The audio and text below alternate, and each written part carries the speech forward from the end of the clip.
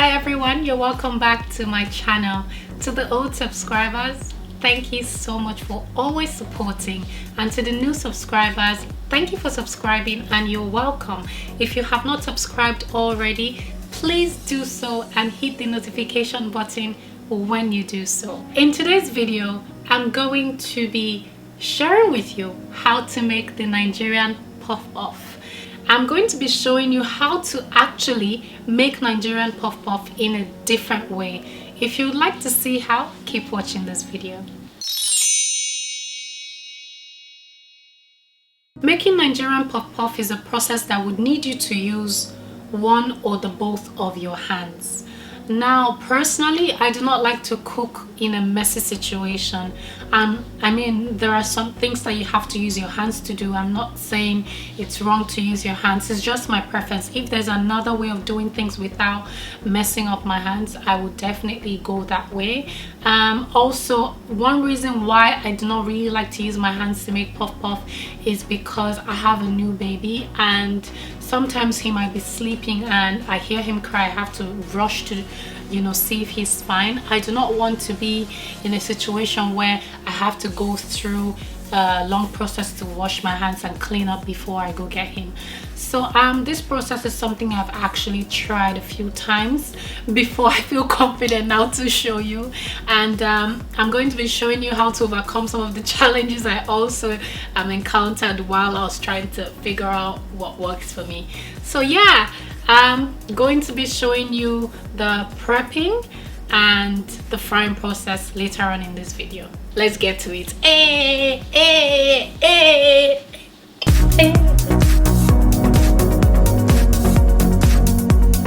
So I have all my ingredients lined up. You can go through the recipe list that I just put up to see the amount of stuff that I put. And then I'm using the traditional yeast, which has larger granules, and I have to dissolve in lukewarm water and leave to sit for about 5 to 10 minutes before I mix it in my flour mixture. So I put all my dry ingredients in the bowl of flour, and then I mix everything together. And after I do that, I add my milk.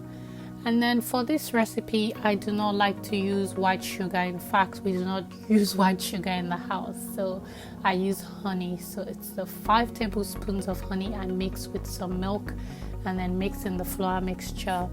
I mix properly, and then after that I add my yeast, which is already completely dissolved in the water. And then I continue to mix thoroughly until I have the correct consistency that I need for the puff puff. This is about the consistency that you need. You don't need it to be too runny or too thick. I think this is perfect. But if as a starter, as a beginner, you do not really know how to mix, and because of that you're having lumps, if you do not have a hand mixing machine, do not worry. If you have a manual machine like me, you can use that. Just pour some of the mixture, or all of it depending on how much, in this manual grinder and just mix it until you have the right consistency. Now cover your bowl tightly with a cling film and put in a warm place. It could be in a microwave, in a cupboard, or in the oven. I already preheated the oven for about a minute just to keep it warm, and then I put it in for about an hour to 2 hours before I prepare to fry. And I'm just going to stir everything all together. Heat up the pan. It should be about 3 inches deep of oil. You can use whatever oil you like, and then I'm just going to be using my ice cream scoop, my sieve, and my spatula to be doing things up.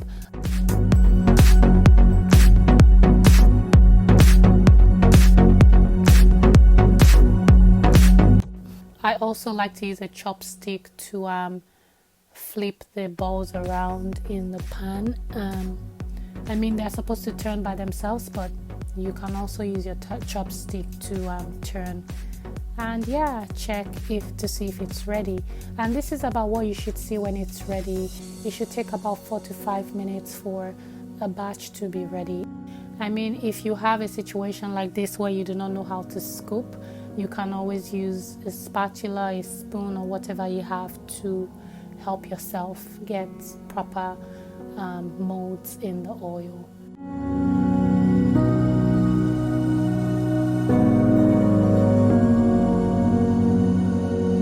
So yeah, it's ready, and this is what your puff puff should look like. Very nice and succulent and soft inside. Ooh, it was so lovely.